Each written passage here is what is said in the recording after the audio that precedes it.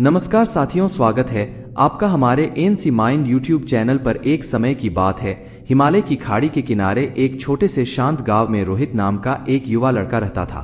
रोहित अपने क्रोधी स्वभाव और चंचल मन के कारण गांव भर में प्रसिद्ध था। उसका मन हर समय विचारों से भरा रहता था। सोचो कि उसके विचारों के तूफान ने उसके मन को एकदम बेचैन कर दिया था। उसके जीवन से शांति मानो गायब हो गई थी और वह हमेशा अपने ही ख्यालों में खोया रहता था और तनावपूर्ण जीवन जी रहा था। उसके अशांत मन और क्रोध के कारण उसके अपने परिवार के सदस्यों और गांव वालों से भी संबंध अच्छे नहीं थे, जिससे वह और भी अधिक अकेला और अपमानित महसूस करने लगा। वह और भी अधिक मानसिक तनाव की स्थिति में चला जाता है। एक समय की बात है, रोहित अपने गांव की गलियों में घूम रहा था। तभी उसकी मुलाकात एक बौद्ध भिक्षु से हुई जो एक पेड़ की छाया के नीचे ध्यान में बैठे थे। बौद्ध भिक्षु के चेहरे से निर्मल शांति की आभा झलक रही थी। इस असीम शांति में रोहित बौद्ध भिक्षु की ओर आकर्षित हुआ। जब रोहित बौद्ध भिक्षु के करीब आया तो उसे अपने आसपास एक सकारात्मक ऊर्जा का एहसास हुआ। यह सकारात्मक ऊर्जा बौद्ध भिक्षु के भीतर ही है, इसलिए वह वहीं बैठकर उसकी आंखें खुलने का इंतजार करने लगा। थोड़ी देर बाद जब बौद्ध भिक्षु की आंख खुली तो उसने एक युवा लड़के को अपने सामने बैठा पाया, जो बहुत तनावग्रस्त और नकारात्मक भावनाओं से भरा हुआ लग रहा था। राहुल ने बौद्ध भिक्षु की ओर उदार भाव से देखा और बहुत विनम्रता से कहा, मालिक, मेरा मन बहुत अशांत है और मेरे मन के विचार मुझे खाए जा रहे हैं। मुझे एक पल के लिए भी शांति महसूस नहीं होती। क्या आप मुझे सिखा सकते हैं कि मैं अपने अशांत मन को कैसे शांत करूं? बौद्ध भिक्षु ने रोहित की पीड़ा को समझते हुए करुण दृष्टि से देखा और कहा, मेरे प्यारे बच्चे, मैं तुम्हें एक कहानी सुनाना चाहता हूं। बहुत समय पहले की बात है। एक नगर में रक्ति नाम का एक आदमी रहता था। उनका मानना था कि सफलता और भौतिक शक्तियां वांछित खुशी देंगी, लेकिन वह जितना सफलता और प्रशंसा के पीछे भागता था उतना ही मानसिक तनाव में डूबता जाता था। लेकिन अचानक रक्ति का सामना उस समय के मशहूर बौद्ध भिक्षु से हो गया, जिसका नाम महाकौशल था। महाकौशल अपने शिष्यों को ध्यान की शिक्षा देते थे और वह स्वयं एक बहुत ही ध्यान मग्न और प्रबुद्ध व्यक्ति थे। महाकौशल की अद्भुत एकाग्रता से प्रभावित रक्ति ने उनसे अपने भटकते मन को शांत करने का उपाय जानना चाहा। रक्ति ने कहा कि मैं हमेशा सफलता के पीछे भागता हूँ और लगातार अधिक हासिल करने की कोशिश करता हूँ, फिर भी मुझे कोई क्षणिक संतुष्टि या आत्म संतुष्टि नहीं मिलती।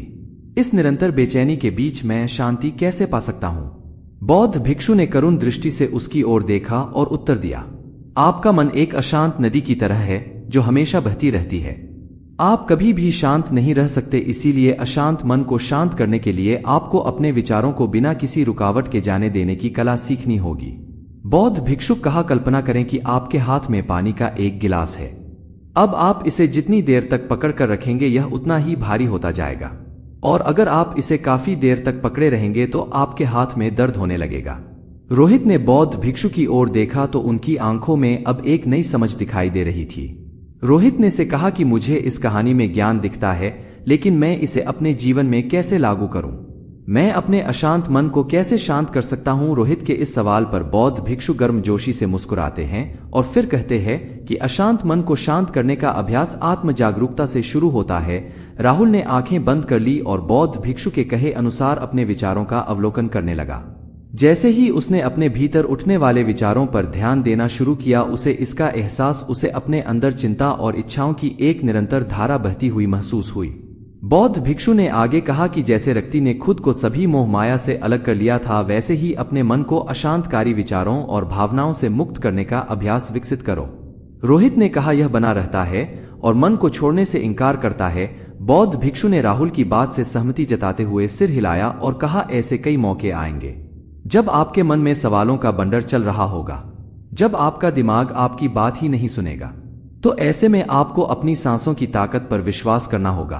एक बार फिर भिक्षु ने रोहित से कहा, अपनी आंखें बंद करो और अपनी सांसों पर ध्यान केंद्रित करने के लिए अपने पेट को ऊपर उठता हुआ और मथता हुआ महसूस करो। बौद्ध भिक्षु ने बताया कि जब भी आपका मन अशांत हो तो तुरंत अपनी सांसों पर लौट आए। सांस की वाद्य गति आपको तुरंत वर्तमान के चरणों में वापस खींच लेगी और आपको शांति का अनुभव कराएंगे। एक बौद्ध भिक्षु के निर्देशानुसार आने और जाने वाली सांसों पर ध्यान केंद्रित करने का प्रयास किया। इस छोटे से व्यायाम से उन्हें मानसिक शांति का अनुभव हुआ। उसे याद आया कि उसकी सांसें हमेशा उसके साथ थी, जो उसे वर्तमान क्षण की याद दिलाती थी, आराम और शांति लाती है।